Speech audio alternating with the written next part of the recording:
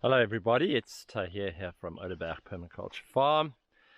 It's a beautiful early summer morning and I'm walking through one of our Zone 2 food, forest and chicken systems, slowly heading towards our main crop garden. And what I've decided to do is, from my online permaculture design course I'm developing, I'm going to make a series of YouTube videos that encapsulate the essence of the first module of the course, which is all about understanding permaculture and what permaculture is, where permaculture came from, what is arising as a response to, basically its context. And the reason I'm doing this is because over the 30 plus years I've been involved in permaculture, I've come to realize that there's a lot of misunderstandings as to what permaculture actually is. And I've had a good look out there on the internet to see, in terms of what people are producing in terms of instructional material. And a lot of it, I believe, is lacking because it doesn't give a really comprehensive, holistic look at the essence of what permaculture really is.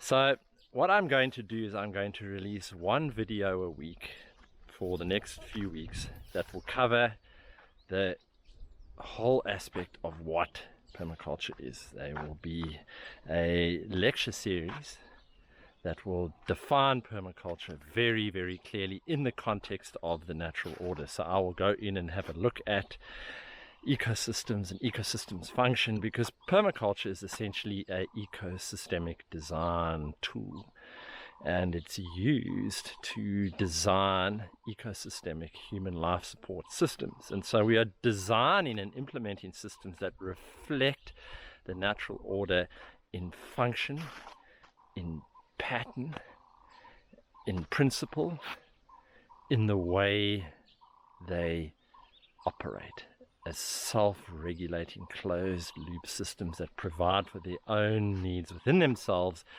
that increase life potential infinitely into the future. And so I think that if you have a really good understanding of what permaculture is, the ethics of permaculture, the principles of permaculture, you are on a really good foundation to move forward in your journey. So let's start, and the first video is going to focus on the context of permaculture, and then we will move on into steadily more specific detail like the ethics of permaculture, actually look at the concept of permaculture, define what it is absolutely precisely, and then take a journey into the permaculture principles and permaculture zone theory and design principle. Okay, so let's get into it and enjoy the journey.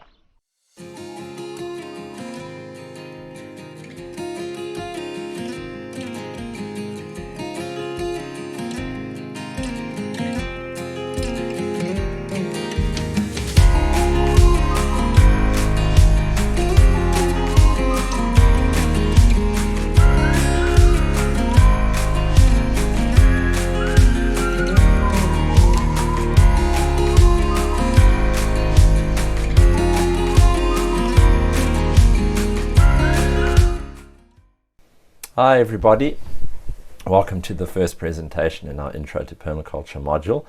And here what we're going to do is have a look at the context of permaculture. So what is the broader framework that permaculture is arising from, and what is it responding to, and how does this context actually affect the evolution of permaculture as a design system and a way of life. I think it's important that we understand what permaculture is, and we're going to get there. This module is all about building an understanding of permaculture, and we're going to set the foundation, and so this is really the start. And you're going to be asked many times, what is permaculture? And the answer is not a simple one. And so what we're going to do is just move from a very broad perspective and get into detail as we go along in this module. All right. So very simply put, permaculture is a system for direct regenerative action. Okay, and this concept of regenerative we will explore in this module, and you'll have a very good idea of what it is. But I think we all understand it's a process of growth and evolution and restoration. Okay, so it's a way we can take action towards regenerating our lives, our environment, our society. And it's a way we can personally take action in our immediate context without the need of third parties, assistance from government, or anything extra. It's just based on what we have.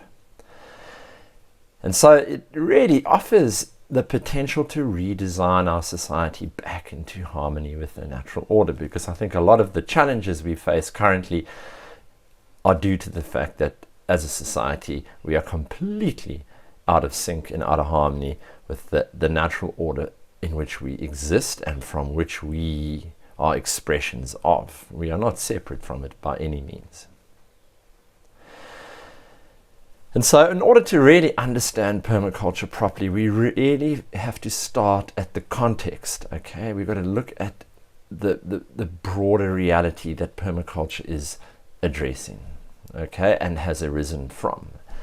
And if we can understand this concept well, then it helps to really understand what permaculture really is from a point of view of precise definition. Okay, so we're going to build our way there in steps. So what we have seen is that permaculture is very new. It's only 45 years old, and it has arisen to meet the evolutionary need in humanity. That we are here as beings to evolve and grow. We are certainly not here to devolve and die, and we're certainly not here just to stay in one place treading water. And we are faced with multiple challenges on multiple levels. And I think permaculture has arisen due to this. It is our response as people to a systemic crisis that we face. Okay? And it is the vanguard of the next frontier of human evolution. It's the future that we face. Because if we don't create this future using permaculture as a design tool, then I think we as humans are not going to be around for much longer. I don't have any doubt that nature will be around. Nature is very resilient, but our problem is our society is not. And the reason for this lack of resilience and lack of sustainability and the fact that our society is degenerating is due to this context, that although the primary source of energy in our society is synthetic, okay, and that's oil, simply put, the vast engine room of our economy and the vast majority of the material product streams from our economic process is oil-based. But despite this, okay, it is the natural world from which we as a species emerge, okay? And it is to that we are beholden for our very existence. We are nature. We breathe air, we eat food, we walk the surface of the earth. The fundamental life process is organic, natural, and universal. It is not synthetic, whether we like it or not. Our society sits in the natural context, all right? And nature, by virtue of what it is not something that expresses the values of humanity. It functions in natural law. And natural law does not favor the human species over any other. Okay. A while ago, somebody asked me, a student of mine asked me, can you define nature in one word? And so I thought about it, and I said to him, nature is relentless. Nature's not a cuddly toy. All right. Nature has two sides. Nature is our life support system. It provides us with everything we need. But at the same time, nature is extremely powerful. Nature is constantly active. the force of nature can be extremely destructive. And our history as society is all about mitigating this destructive, uncontrollable aspect of nature and trying to build on the nurturing aspect of it. But you can see here from this image is a volcanic eruption. It is an incredible release of a powerful natural element. There's nothing you can do to stop that. Whatever's in the way is wiped out. And I think a lot of our mitigating strategies against this unrelenting, uncontrollable force of nature has led us towards separating ourselves from it, seeing nature as a threat, seeing something that we need to push out from our lives and replace with something synthetic. And throughout history, humanity has been attempting to master nature. We have been studying nature, we've been learning from nature all the secrets to our existence, all our potential lies in the natural order. And this endeavor to apply our minds into nature and to learn about the essential fundamental workings and potentials of the natural order towards improving the human standards of living has brought incredible power and ability to humanity. The knowledge we have acquired now is phenomenal. There is actually nothing we do not really fundamentally know. What we need to do now is to frame our knowledge structure in a different way. And this quote by Lewis Thomas, I think, is important. The central task of science is to arrive, stage by stage, at a clearer comprehension of nature. But this does not at all mean, it is sometimes claimed to mean, a search for mastery over nature. And I think this is our fundamental challenge, is that instead of finding humility before nature and developing a society that is in tune with the power, we've tried to suppress nature. We've tried to utilize nature for our goals without considering what impact that has on the very life support system we depend on.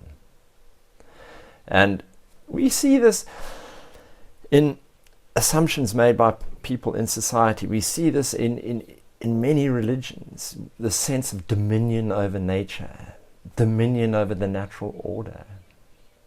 That nature is there to serve our needs, that it's just a resource base for us to extract so that our society can somehow function within a synthetic bubble, divorced from its very root. So the consequences of this fight against the natural order has had incredible social and ecological repercussions. And I think most of us are beginning to understand this. And now more than ever, we are facing the consequences of this approach in every aspect of our existence. Everything is coming to a head now. Over the last few thousand years, we've been treating nature as our vassal, nature as something that serves us. And that has now got to a threshold where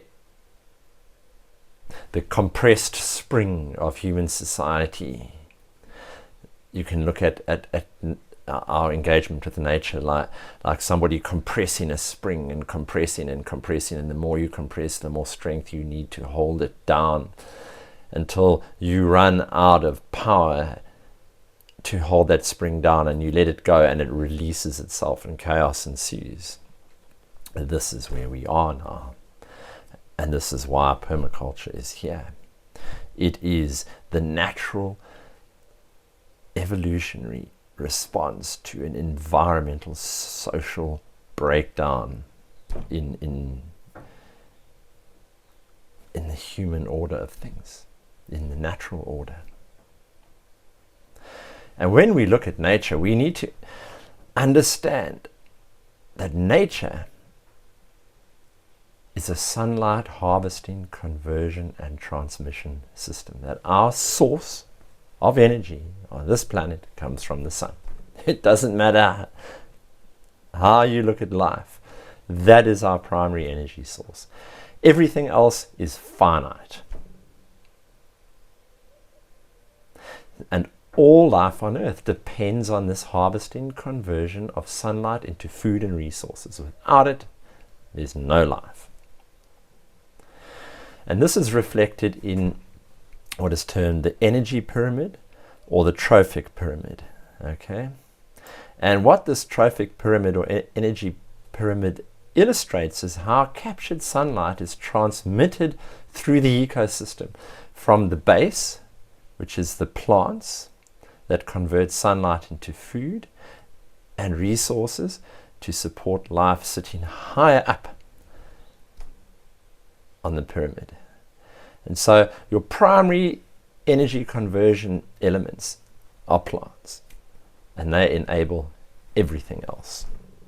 And what that says is that intelligent society increases the potential of the energy pyramid by expanding the base. That means increasing the amount of plant life that can convert sunlight. All right, because that is our only source of endlessly renewable energy and resources to support all life on the planet. And sitting at the top of the pyramid is humanity. We are the culmination of everything below the pyramid. We are the entirety of nature embodied. We are the conscious, mobile aspects of the natural order. And we have been created as the highest expression of the natural world so that we can function as custodians in the natural order, so that we as conscious elements of nature are able to function in a way where we can constantly improve the functioning of the life process, so that we can make more resources and energy available to support more life. That's true custodianship. So as energy moves through the trophic pyramid from the bottom, it is gradually reduced at each level. Energy is lost through the metabolic process of the organisms that convert it from one form to another, through heat, through transpiration, through the death of organisms. And so what we find is as we go up the pyramid, less and less energy is available. Most of the energy available to life sits on the base of the pyramid. And so we as human beings actually have access to the least amount of available energy in the biosphere. And what we find is that organisms that sit at the bottom of the pyramid are simple and numerous, okay, like plants and insects. They're very simple organisms. They don't have a high level of individuality. They don't have a developed consciousness. They tend to function in hive minds and collective consciousness systems. Okay, but as we move up the pyramid, we find less and less organisms that become more and more complex until we get to us at the top of it. And the higher you go, each organism requires more energy to function than the ones below. And so what happens is we find that organisms become more complex but less in number until we get to human beings. But as they go up, they become more sophisticated. And we sit at the top. We are unlimited in our potential. We can do anything in the natural order. We've still got a lot to learn about it, but what we have shown so far is that we know enough to either completely destroy the biosphere or, as in the case of permaculture, restore it and take it to new levels of abundance previously unknown.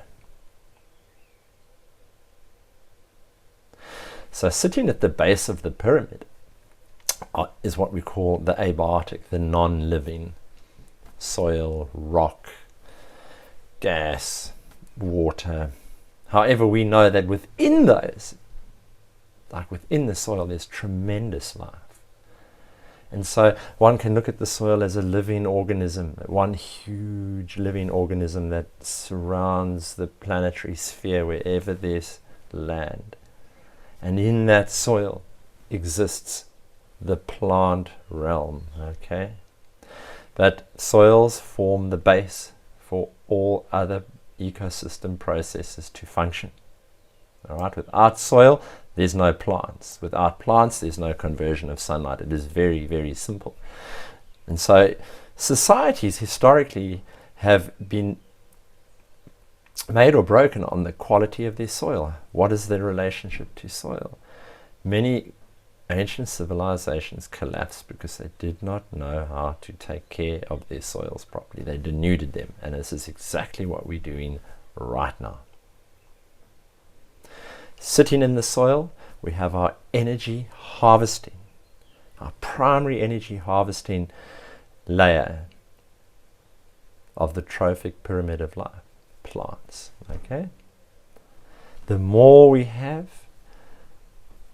the more layered they are, meaning in each ecosystem, if we have multiple layers of plant structure, much like a forest, we can harvest more and more sunlight and convert it for organisms higher up in the pyramid. And so we have this system of transmission, and it all depends on the health of the primary producers, the plants, which depends on the health of the soil. We have healthy plants, they generate a healthy soil environment because everything in the pyramid from the top down returns to the soil. That is how it works. So we have this movement of energy up the pyramid and a return to the base. And it's a closed loop cycle that enables the life process to function. If we break that process at any point, we will face collapse. It's inevitable. It's a law of nature. So our primary directive as a society is to make sure our soils are healthy, our mineral cycle is effective.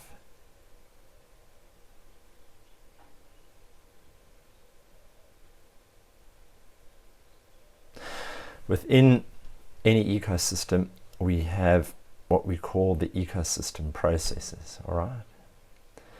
And natural systems productivity, the amount of surplus natural systems can generate to support life so that life can evolve and grow and become more numerous and more abundant, relies on the effectiveness and integrated functioning of the ecosystem processes. These are the processes that enable the movement of energy from the base of the pyramid to the top and back again, all right, in this great sunlight harvesting and transmission system. All right. And we're introducing this concept here of the 4 ecosystem processes, and we'll go into a lot more detail in the next module of ecosystem understanding. But the ecosystem processes consist of 4 aspects. They're inseparable, but we can look at them in turn. We can artificially separate them to understand what is at the heart of the ecosystem process. And they're the mineral cycle, which is the constant cycling of minerals through the trophic pyramid, the water cycle, the constant cycling of water through the trophic pyramid that enables the growth and evolution of plant ecosystems into very sophisticated ecosystemic structures that support all levels of life above it, humans and animals, okay? And the ability of these plant ecosystems to convert sunlight into food, which we call energy flow. So we have 4 processes: mineral cycle, water cycle, succession, and energy flow. And they are all integrated, so what you do to one, you will do to the others, okay? And the whole system will collapse, as we see here, where we've got chronic soil erosion due to the collapse of the mineral cycle. And that has resulted in the water cycle collapsing, which in turn has resulted in the reversal of succession. Plant systems evolving into complexity have gone the other way. They've degenerated into almost nothing. There's only a little bit of plant ecosystem here and there wherever there's accumulated minerals and water, all right? And this system is collapsed. It supports very little life because it's harvesting very little sun from sunlight and converting it. All right, you can see most of the sun is falling on bare soil. So the current human life support system on Earth is by its very nature extractive and destructive of ecosystem processes. This is the fundamental problem that we face in ecologically. It's not carbon in the atmosphere. That is a distraction away from what is actually happening on this planet. The wholesale, systematic destruction of the 4 ecosystem processes, okay, by virtue of the way our society as a whole is functioning. Not because we're putting out too many atmospheric pollutants, all right? It's because our society, being extractive, is collapsing the ecosystem processes, okay? And this leads to knock-on effects in all aspects of the natural world. And that includes climate self-regulation. We cannot separate the terrestrial and the atmospheric. They're one integrated system. And what you do to one affects the other, all right? And the reason is that our society functions in a linear manner, okay? So every single aspect of our society is the same: extractive, linear, degenerative, all right? And what is a linear system? Okay, a linear system is all about take. So we extract, we harvest a resource, we make it, often very inefficiently. We use it, often very inefficiently. And when it is utilized, because so much of what our society produces is of a very low quality, has got planned obsolescence built into it, cannot be recycled, it is disposed, and the net result is pollution with a destructive impact on the 4 ecosystem processes. And so we see an in and an out, all right? And what we see happening is that the out is far less productive than the in. We are experiencing a net loss in the movement of resources through the energy pyramid of society. There's more going in than is coming out the other side, and what is coming out the other side tends to have a destructive effect on culture and society. So it's a linear process of extraction. And our society is in function a parasitic system as a result. Energy enters at one end and leaves the other depleted as pollution. And there's more energy inputting that system than coming out. All right, there are no closed loops. And a closed loop is an integrated system that constantly recycles resources back to the base of the trophic pyramid in a regenerative way. That we extract regeneratively, utilizing renewable sources of energy. We make those resources in the highest quality possible so they have the longest life possible in a way that enables them to biodegrade and return to the base and feed the base to build soils, okay? And they only go there when it is no longer possible to use them again and again and again in many different contexts, okay? And this is the make, use, reuse, remake, recycle concept of a closed loop cycle of an ecosystem. And that's how nature works. Energy in at the base, transformation from the base through the levels of the trophic pyramid, losses of energy return to the base, reabsorbed into soils and to plants, and ultimately when it gets to the top, to us, we finished using it, it goes to what we call detrivores, decomposes, and back to the base it goes. That is a regenerative society based on closed loops. Our one doesn't have that. So we are accumulating all the waste in the biosphere, and it is destroying the ecosystem processes. I mean, just have a look at the plastic in the ocean, for example. It's unbelievable. You can't go to the beach these days without seeing plastic, no matter where you are. Very remote places, there it is. The beach is just full of junk. All right. So linear, isolated systems, meaning that they're not engaged with the whole life process, are degenerative, okay, by structure, by the way the system is isolated and closed. And so what we have is a system that requires constant inputs, all right? And its outputs are not feeding back into strengthening where the inputs are coming. And so these isolated systems are subject to what we call the second law of thermodynamics. But this second law of thermodynamics states that in a closed system, all energy eventually dissipates and becomes unavailable to life as order in systems collapse. So you have a highly ordered, well-structured system, and over time it degenerates by virtue of it becoming disordered. The disorder is the lack of connection between the parts that make up the whole. So there's no closed loop exchange, all right? So when you look at society and you look at technology, it is subject to entropy because, yes, everything is degenerating. There is no renewability.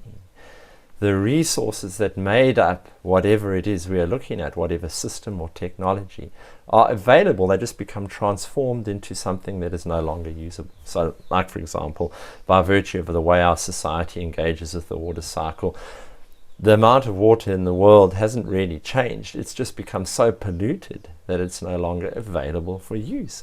Or that it doesn't, when rain, doesn't enter into ecosystems and remain held in landscapes and groundwater and lakes, forests. It just rushes off, erodes landscapes and ends up in the sea as salt water, where again it is unavailable and is very expensive to extract from the point of view of desalinization. It is all about unavailability, okay? And this process of ordered systems collapsing, resources that were structured collapsing into disorder and becoming unavailable is known as entropy, all right? And the fundamental principle of entropy is called thermodynamics, okay? And what thermodynamics means is that all energy moves from a high to a low, all right? From a highly structured to a very poorly structured, from a high concentration to a low concentration, from a high pressure to a low pressure, all right? And we see that in the functioning of the natural world. When you look at it from a physical perspective, that is what's going on, all right?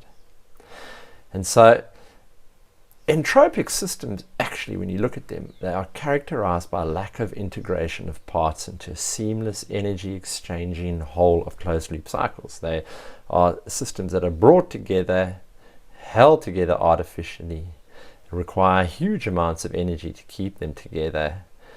They degenerate because there's no process of renewal within them, and everything that they're made up of eventually dissipates into disuse.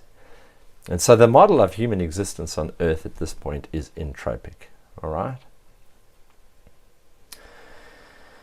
So when we look at systems as a whole, when we look at nature, we see a highly ordered system, all right, which is characterized by complex interconnectivity of parts into a reflective whole, meaning those parts are engaged in a complex system of exchange via closed loop cycles that keeps the resource base constantly renewed, all right, which we talked about when we looked at our trophic pyramid. This constant return of usable resource back into feeding the base from which it came, right? Almost like putting compost into your soil in a garden. And where does the compost come from? It comes from the waste materials of your food systems. Disorder is characterized by simple systems with very low connectivity. So on the one hand, we have highly ordered systems characterized by high levels of complex interconnectivity. And on the other, we have systems characterized by very low connectivity and oversimplification. All right? A monoculture in agriculture is a good reflection of that. So on the whole, entropic systems degenerate and dissipate as their structure of interconnectedness breaks up and chaos ensues. And that will happen in a natural system where you have an event like a volcanic eruption or an earthquake. But because nature is fundamentally integrated, it restores itself quite quickly. It's like your body. You fall off a bicycle, you scrape your arm, your body restores itself, but temporarily you have a disorder in the structure of your skin. It's because your body is regenerative. Well, our society doesn't have that system of integrated cycling and sharing of energy by the parts that make up the whole. It's an extractive system that is taking energy from its resource base and converting it into unusable resources at the end of the day. And thus we see structurally, from a natural law perspective, the break-up, collapse of society. Okay? And what this means is that we've seen a global descent into entropy. So the mainstream can present society as renewing itself constantly through the media hype and bollocks we see, specifically now with this vision of the Great Reset. Utter rubbish. This reality we are experiencing right now is a culmination of the entropy of society over thousands of years. And all the bluster around this is just the dying death rattle of the system as it goes down. Why? Because it is entropic. It is subject to the laws of nature.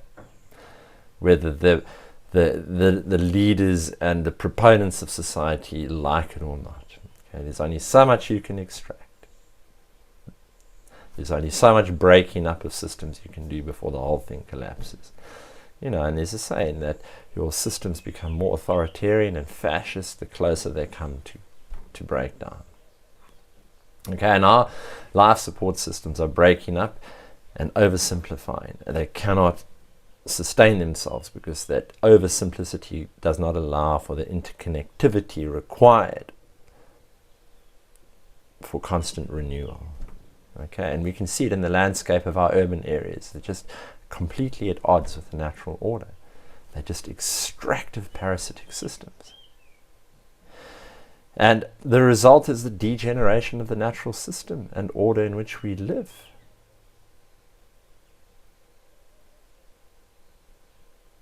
It's the degeneration of ourselves. We are not separate from nature. And unless you're blind and deaf, you can see it happening everywhere. We are at end day as far as the human culture is concerned, as we know it. There's a dawn coming, a new system on the horizon. The transition is never going to be easy, but the tools that we have at our disposal on multiple levels can ensure, if we consciously apply them, the mitigation of that pain of transformation, and can open up potential for humanity to evolve into something new. All right? But the fact is, our ecosystem processes have been seriously compromised, and we are converting less and less sunlight every year as a result. And that is just a fundamental fact. All right? And you cannot build a sustained regenerative society on that reality, whereby what our society is doing is inverting the trophic pyramid. And our primary system of destruction and war in nature is industrial agriculture. Okay, and there's many aspects to this, but primarily it is due to the systematic removal of natural vegetation by agriculture and settlement. And this removal of vegetation has resulted in large-scale ecosystem ineffectiveness. We cannot convert sunlight anymore. We cannot hold water in our environments. We see wholesale soil erosion, oversimplification of environments leading to their collapse, which in turn leads to the collapse of food production. And we have the collapse of food production. That is the end. All right. And agriculture just covers the terrestrial planet. It's like a blanket system. If you get in an aeroplane and you fly anywhere, you look out the window, you just see industrial agriculture. You see wholesale ecocide. And what we see now is the culmination of hundreds and thousands of years of centralization of power and wealth into the hands of very, very few people at the expense of the vast majority of the planet and its people. All right. And this is due to the extractive systems of culture and economics. And what we've seen is this spiderweb archetype. The spider sitting at the center of this great extractive web of centralization, the sucking of resources into the hands of a tiny elite, leaving the edges denuded, depleted, and populations in severe poverty. All right. And so what we have are key environmental problems that are a result of the way our system works, and the system is never going to solve those. We can't keep reinventing it with new technologies like we see with the new Green Deal, where we just all we have to do is set up renewable energies and everything's going to be okay. It is a lie. It is a diversion. It is a way that capitalism is resetting itself into the fourth industrial revolution, which is just a new level of the same thing, okay, in pattern and function. And so the challenges we face are multifaceted, and they are present on every single level of existence, and they are a direct result of the current human life support system as a whole. And so if we want to see change, we have to change the whole system. And what we have at the end of the day is a top-heavy system. We've inverted the trophic pyramid. All the energy and power sitting at the top, and the base is being depleted. This is only going to lead to one thing: collapse. From a natural law perspective, it's a parasitic situation, and it is unsustainable. There's only one result.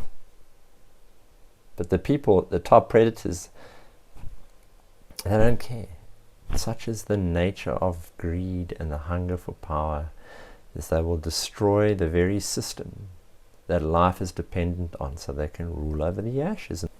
Such is their hunger and thirst for power, they will destroy society as we know it, so they can fit it into their very superficial, entropic, linear pattern of what they perceive society to be. A vast majority of human debt slaves supporting the ruling elite that sit at the top. All energy and all resources accumulating at the top, and the people at the bottom living with less and less and less every day. They don't realize that this is ultimately going to collapse. They think that somehow they're going to find a technological solution.